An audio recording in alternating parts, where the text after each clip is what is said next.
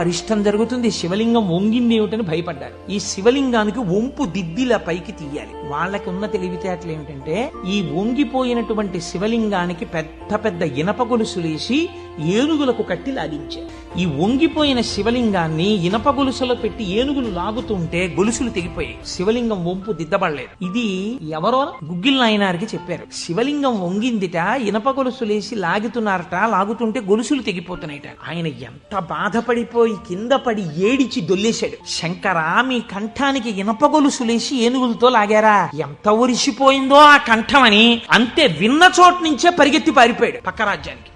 పారిపోయి గుళ్ళోకెళ్ళి అన్నం లేదు, నీళ్లు లేవు, ఒగరుస్తూ ఒంటి నిండా చెమటలు పట్టుకుని, ఈశ్వరా, మీకు జరిగినటువంటి అపరాధం నా శరీరమునకు పొందేటటువంటి ఖేదంతో పోవాలని మీ వంపు దిద్దడం కాదు, మీ వంపు దిద్దడానికి మీకు ఇనప గొలుసు లేచి లాగినప్పుడు